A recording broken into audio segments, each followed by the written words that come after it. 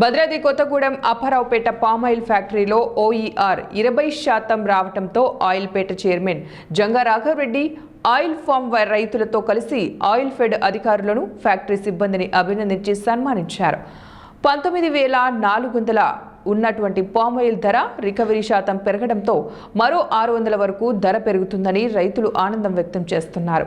సన్మాన కార్యక్రమంలో పాల్గొన్న ఆయిల్ ఫెడ్ చైర్మన్ మాట్లాడుతూ గత ప్రభుత్వ హయాంలో ఆయిల్ ఫెడ్ నర్సరీలలో నాసిరకం మొక్కలు వచ్చిన మాట వాస్తవమేనని మళ్లీ అలాంటి ఘటనలు పునరావృతం కాకుండా అన్ని చర్యలు తీసుకుంటున్నామన్నారు. 10 లక్షల పామాయిల్ మొక్కలను తయారు చేయడానికి అత్యాధునిక శాస్త్రీయ పద్ధతులను అవలంబించి మొక్కలు తయారు చేస్తున్నామన్నారు. సిద్దిపేట ఫ్యాక్టరీ అందుబాటులోకి వచ్చిందని పామాయిల్ క్రషింగ్ జరుగుతుందన్నారు. అశ్వరావుపేటలో మరో పామాయిల్ ఫ్యాక్టరీ నిర్మాణానికి ఏర్పాట్లు చేస్తున్నామన్నారు. తెలంగాణ పామాయిల్ హబ్ గా మారటానికి మంత్రి తుమ్మల కృషి ఎనలేదని గుర్తు చేశారు. 14 నెలల కాలంలో నాకు ఒక 15-20 అప్లికేషన్లు కూడా ఇవ్వడం జరిగింది. లేటెస్ట్గా మీరు క్రషింగ్ చేస్తే సరిపోతుంది, మొక్కలు సరిపోతే సరిపోతుందా? ఇక రైతులకు రకరకాల సమస్యలు ఉన్నాయి, సమస్యల పరిష్కారం తేవలాడాలి.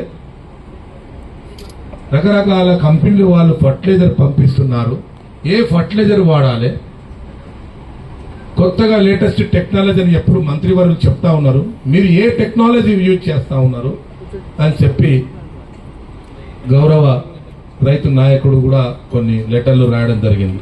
లేటెస్ట్గా ఒక లెటర్ ఇచ్చాడు. ఫర్టిలైజర్ ప్రైవేట్ కంపెనీ వాళ్ళు రైతులకు సప్లై చేస్తా ఉన్నారు, ఆ డీలర్షిప్ మనకు మీరే ఎందుకు తీసుకోకూడదు, మీ కంపెనీ మీ ఆయిల్ ఫెడ్ ఎందుకు తీసుకోకూడదు, మీ ఆయిల్ ఫెడ్ కూడా లబ్ధి పొందుతారు కదా, మీ ఆయిల్ ఫెడ్కు లాభం వస్తుంది కదా. ఇప్పుడు డీలర్షిప్ మనం తీసుకోవడం వలన రైతుకు ఎక్కువ కమిషన్లు పోతా ఉన్నాయి. ప్రైవేట్ కంపెనీ వాళ్ళు డీలర్స్ ఎక్కువ కమిషన్ తీసుకుంటున్నారు.